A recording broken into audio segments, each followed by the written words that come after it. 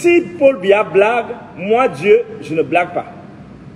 Il est alors considéré comme un opposant politique, le fou, hein. Il est considéré comme un opposant politique et embastillé, mis en cellule. Vous comprenez jusqu'où la préfectorale a dévoyé sa mission dans ce pays. Donc on a arrêté Dieu le fou et on l'a mis en cellule. Un peuple qui étouffe, qui n'a pas d'avenir, qui décide de se faire justice, qui décide d'arracher le pouvoir remis à l'autorité politique pour les dominer et qui s'affirme comme peuple libre. Donc, alors, comment cela s'est constitué dans notre cas? Comment un monsieur, pendant tout un temps, a été perçu comme l'espoir? Et comment il a gâché cet espoir, cet avenir? Et comment il a enclavé le chemin et les voies du progrès? J'écris donc à la page 57.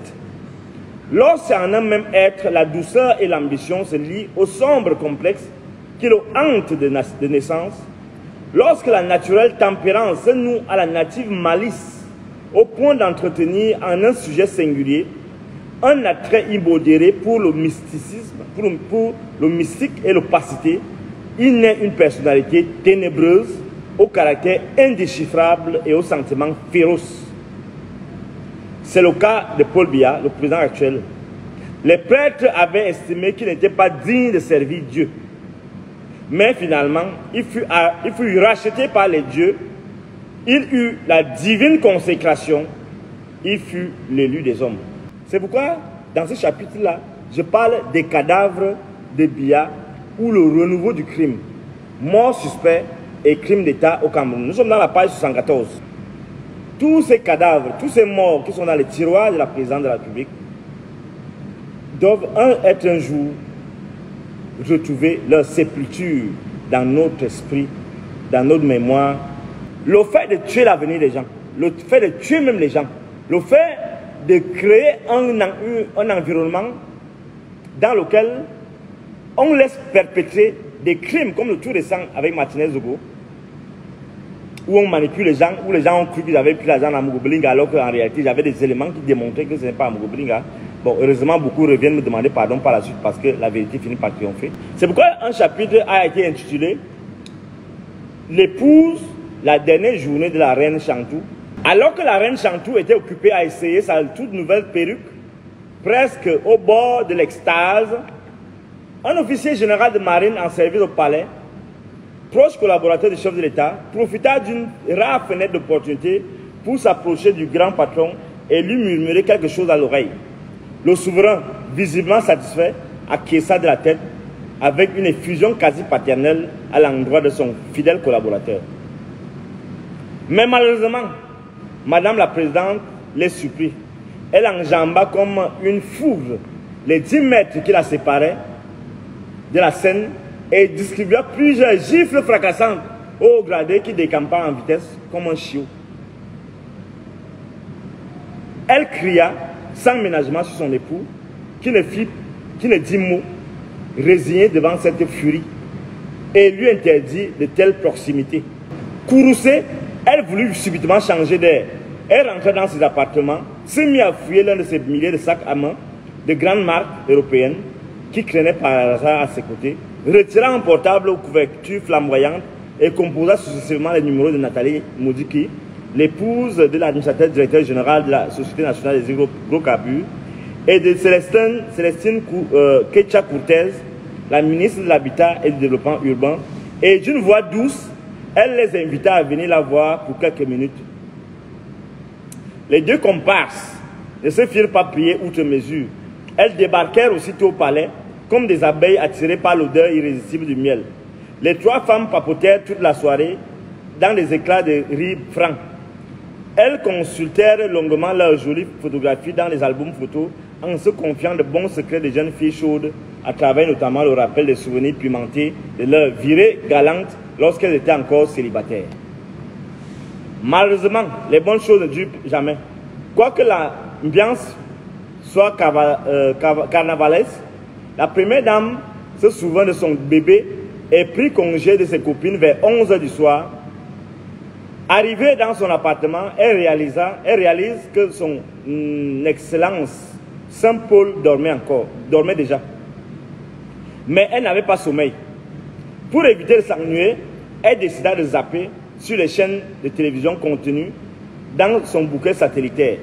Elle tomba sur un documentaire intitulé « La dernière journée de Marie-Antoinette ».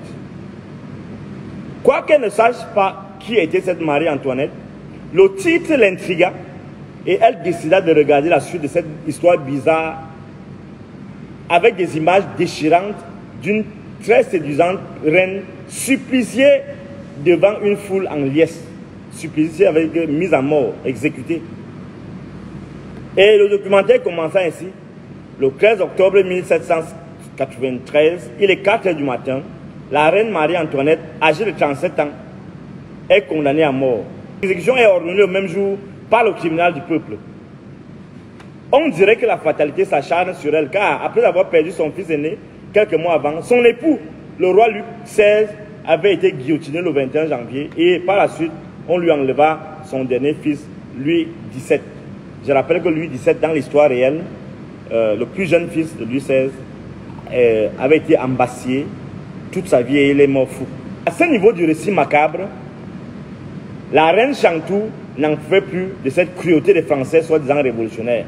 Elle alla dans sa chambre, enfila sa robe de nuit et fit un dernier tour dans la chambre de prière pour nourrir la déesse indienne avant d'aller dormir. Elle allait dans sa chambre, donc, enfilant une robe de nuit. Mais alors qu'elle revenait de là, il y eut un bruit sourd et toutes les lumières s'éteignirent. Elle se mit à crier « Qui est là? Qui est là? S'il vous plaît ?» Seuls les pas puissants et résolus des ombres menaçantes qui craquaient sur le marbre lui répondaient en avançant implacablement vers elle. Elle était tétanisée. Puis une voix ferme lui ordonna « Madame, vous êtes celle par qui le malheur menace d'arriver. Retournez-vous. » Elle ne savait pas de quoi parlait cette voix masculine qui lui était familière et qui était son interlocuteur. À cet instant précis, elle pensa instinctivement à sa perruque sacrée, nouvellement acquise, et voulut prendre la direction de la loge de prière en criant en vain « Shakti, Shakti, Shakti !» le nom de la déesse de sa perruque. Mais en une demi-dizaine de secondes, à peine, elle était toute encerclée par des ombres menaçantes dont elle ne pouvait distinguer la physionomie, ni préjuger de l'identité. De colosses bras lui empoignèrent fermement les deux bras et la traînèrent hors du palais, vers une destination inconnue. Au final, il nous faut convenir des leviers au travers desquels notre pays se modernise et qui permettraient de produire des citoyens et des soldats patriotes. Il nous faut vaincre la kleptocratie ambiante et la kakistocratie déclinante, à promouvoir la justice sociale à travers l'égalité des chances et le partage, à redimensionner notre conscience. Tel est notre défi. Nous avons à nous départir du capitalisme sauvage, des pilleurs des caisses de l'État et du messianisme envoûtant des hommes politiques, car un leader du peuple est un guide, un éclaireur, et non un gourou. Sa grandeur se mesure à son humilité, à sa dignité établie et à son sens du devoir et de l'honneur. Il nous faut également réformer notre école et notre université pour donner à notre jeunesse les clés informatiques pour lire le nouveau monde et pour le pratiquer au quotidien. La réécriture de notre histoire et la réconciliation avec notre passé contribuera à nous armer pour avoir la force de faire la paix avec notre mémoire tourmentée. Ainsi, nous pourrions sortir du superflu dans lequel nous baignons depuis près d'un demi-siècle, plus depuis un siècle même, et nous illuminer enfin de l'intérieur comme un cierge sacré, en revêtant le manteau de fauve pour porter le destin de la jeunesse de ce pays vers des lendemains qui chantent. Ça vous rappelle cette caricature? La caricature qui tient lieu de couverture du livre. On y voit un colonel d'armée avec un professeur un enseignant d'université dans une sorte de palabre compliquée. Où, je vous rappelle que c'est le professeur d'université qui a provoqué le colonel, réputé très farouche, où il dit un pauvre enseignant d'université manque de respect à un colonel. Petit, tu sais même que j'ai l'arme. Et l'enseignant d'université de répondre, Aka, tes égaux font les coups d'État. Le troisième chapitre porte sur le tribalisme en Afrique. Les gens croient que c'est au hasard. Pourquoi je provoque surtout les grands à qui on peut reprocher les choses? C'est une approche philosophique bien pensée. C'est systématisé, ce n'est pas le jeu. C'est calculé. Lorsqu'il attaque Ngongo, quand il attaque Chanda Biya, quand il attaque ce n'est pas les attaques ad hominem à la personne, non. J'attaque ce système qui se construit et qui est porté par eux, parfois malheur reçu. Donc ce n'est pas un jeu, c'est un engagement radical. On ne peut pas m'arrêter. Donc vraiment, quand je dis on ne peut pas m'arrêter, je suis inarrêtable. Parce que je suis un souffle d'un esprit. Parce que moi, comme vivant, je vais vous perturber. Donc, peut-être même mieux mort. Vous ne pouvez pas espérer changer. Vous ne pouvez pas espérer à la liberté. Et être même incapable de lire un livre. Moi, j'écris mes choses. Je prends le risque d'écrire ça. Toutes ces choses qui sont graves. Mais vous êtes incapable même de lire. On ne meurt qu'une fois. Je crois que c'est lui Bonaparte qui disait ça. On lui disait, mais il faut avoir des gars du corps. À un moment, il leur a dit non. On ne meurt qu'une fois. Mais on a peur beaucoup de fois, beaucoup de fois, beaucoup de fois. Non, qui vous dit même que mourir, ça fait mal? Mais oui, j'ai vu maman de Mota, mais voilà, vous savez ce qu'il a enduré. Moi, on m'a justement giflé, on me prive de tout, on crée le désordre dans ma vie. Mais vous voyez ce que maman de Mota a vécu, la torture, la brutalité crue des gens de Galaxie 3. Mais vous êtes là, vous êtes chez vous, vous avez peur. Donc les gens vont se sacrifier, les gens vont mourir. Mais vous êtes là, vous attendez, vous allez manger de notre sang, vous allez boire notre sang quand on va mourir. Vous êtes pitié, hein? Vous tous là, vous qui restez chez vous là, vous attendez à ce que les autres meurent, vous vivez. Moi je suis dans la Douala, je suis venu pour mourir. Partout je vais partir, il faut qu'on meure. Parce que il faut qu'on leur montre un truc qu'ils n'ont jamais vu. Laissez-moi, je m'en fous de vos enfants et tout ça. Vos enfants, vos enfants c'est quoi? Vos enfants c'est quoi? Donc, si réfléchissait comme ça, bon, c'est vrai que je ne peux pas me comparer à lui. Bon, mes enfants, ils savent que ils ont la malchance. Ils le savent, puisqu'ils sont bloqués partout aussi. Mais c'est un choix que j'ai fait. Ce n'est pas vos enfants, c'est moi, leur père. Et un jour ou l'autre, même s'ils meurent, quelqu'un va leur faire bien un jour que, ouais, le vieux là. Donc vous êtes là, vos enfants, ce sont vos enfants. Ce sont vos enfants. Il y a mon oncle, il faut qu'on se dise la vérité. Mon oncle m'a appelé tout à l'heure. Je l'ai écouté, oui, le grand-père, parce que vous savez que mon grand-père, ça a été un grand politique. Je lui ai dit que j'ai compris. En fait, c'est quoi? C'est que donc ma mère, qui m'avait accouché, qui a souffert pour une jeunesse, qui a failli même mourir parce qu'on lui a donné des choses pour m'avorter, elle a réussi à garder l'enfant. Ma mère meurt. Elle me dit, continue ton combat, qui est le combat des enfants de ce pays. Toi, tu es mon oncle. C'est toi qui vas me convaincre que je laisse. Parce que moi, je vais donner la nourriture. Tu ne pouvais pas travailler toi-même ta nourriture. Tu ne pouvais travailler. Je ne lui ai pas répondu comme ça. Il faut respecter les vieux là. Donc, moi, je dois laisser le combat parce que il faut que je négocie pour que toi tu manges. Vous voyez? Vous voyez? Et il m'appelle comme ça. Je suis en plein débat avec les vrais gens. Les colonels avec qui je débat, les inspecteurs des impôts, nous sommes dans une grande réunion là, ils se sont réunis pour que je leur explique un peu le contenu de mes livres. Il m'appelle, je crois qu'il y a un problème sérieux.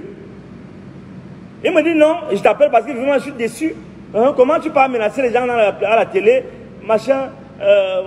Donc je ne dois pas me manifester quand quelqu'un dit que je hais tel. Donc je dois être d'accord avec lui. Lorsqu'on veut expliquer quelque chose et on sent qu'il y a une mafia derrière, où les gens peuvent se permettre de tenir des discours haineux, je ne dois pas intervenir, je dois vraiment me plier. Oui, ouais, père, vraiment j'ai mal fait. Je ne dois pas réagir. Je ne dois même pas parler de la première dame. Et il y en a beaucoup qui m'appellent. Oh, pourquoi tu parles de la première dame? Attendez. Vous êtes même normaux. Vous êtes, non, ils ne disent même pas que je parle de la. Oui, il y en a qui disent que tu oses parler de la première dame. C'est la première dame de qui? Ce n'est pas les Camerounais. Ça ne va pas bien. C'est vous qui me dites que ta tête ne tient pas, machin. Moi, c'est vous, votre tête ne tient pas. C'est votre tête qui ne tient pas. Elle est première dans au Cameroun. Nous sommes au Cameroun. On voit tout ce qui se passe là. On voit qu'elle est au proche du président. Donc, elle peut même lui dire des choses. Nous aider dans ce que nous sommes en train de faire. Relever ce pays. Mais là, elle se pavane là dans les cortèges des choses et on ne doit pas parler. Attends, attendez. Si moi, je ne lui dis pas, moi le penseur, que arrête de te pavaner, le pays va mal. Va parler à ton type là, vous lui dire que, attends, qu'est-ce qu'on fait ici? Organisons-nous. Parce que c'est mauvais. Vous me dites que non, il ne doit pas lui parler, parce que vous êtes dans l'hypocrisie, ou bien vous espérez chacun sa part. Non, moi je n'espère plus rien. Je n'espère que ce changement. Et vous savez, je dois vous rappeler l'avant-propos de ce livre, L'Ange du Chaos. Peut-être que vous croyez que je suis en train de jouer. Hein. Quand vous me voyez là, peut-être vous pouvez vous imaginer que je suis en train de jouer. Moi, je ne joue pas. Je ne joue pas. Je ne joue pas. Je vis ma vie. Je sais que ça peut arriver à tout moment. Je suis au-delà de la peur. Et je veux dire que les Camerounais sachent qu'il faut être au-delà de la peur. Mourir ne fait pas mal. Tous les grands philosophes l'ont pensé. En mourant, d'ailleurs, on oublie, vous voyez que vous avez souvent les yeux comme ça, vous n'êtes plus là. Donc tout ce qu'on fait sur vous là, ça ne vous dit plus rien. Vous savez comment Martinez est mort? Vous savez comment l'évêque de Bafiala est mort? Montagnard Bala, comment il est mort? Lui là, même, on suçait son sang vivant. On tirait son sang, on buvait. Et vous me dites que, qu'est-ce qu'ils vont faire sur moi qu'ils n'ont pas encore fait aux autres? Et vous avez peur. Moi j'écris mes livres, vous avez peur. Vous voulez pas, vous voulez qu'on sorte de ça alors, vous voulez qu'il domine alors qu'il reste là à vie, ad vitam aeternam, comme on dit en latin. Alors, fichez-moi quand avec ça. Je vous le dis, fichez-moi, je suis comme un villageois, mais je vous le dis. Ce pays va changer ou bien il ne va pas changer. Ou bien ils vont me tuer, ou bien ils vont me tuer. Il n'y a rien d'autre à faire. Si on doit m'empêcher de penser, moi je vis encore de quoi maintenant? De la pensée, bon, comme tout homme de chercher les femmes, parce qu'on ne peut pas s'empêcher, bon, de chercher ma femme. Il faut quand même que je joue au gars sérieux. Donc, de penser, de chercher la femme et d'écrire mes livres. Puisqu'ils ont déjà gâté ma carrière, ils ont déjà tout gâté. Et ils ont déjà gâté d'écrire les vies. Et moi, ma petite vie là, c'est quoi à comparer aux millions de gens qui sont morts? Donc arrêtez de me parler de mes enfants. Ce ne sont pas vos enfants, ce sont mes enfants. Si vous croyez en Dieu, si vous croyez à la force des ancêtres, parce qu'il y en a qui ont la chance de croire au crâne, de vénérer les crânes. C'est quelque chose de magique. Vénérer le crâne de ton ancêtre. Oui, si vous croyez en ça, il faut avoir la foi. Et on ne va pas lâcher. Et on parlait que j'insulte la première dame. Les gens vont décharger des dizaines de millions au cabinet civil. Ils viennent dans les chaînes de télévision, narguer les gens, empêcher les gens de s'exprimer, proférer des menaces, distiller la haine sous le regard complaisant du CNC. Et on doit me dire qu'il faut que je me filme avec ces gens-là, ou bien que je les laisse tranquilles. Non, ça ne va pas arriver. Je ne suis pro personne. On attend de voir les listes des candidats que le pouvoir va retenir et on va donner les mots d'ordre et on va s'organiser.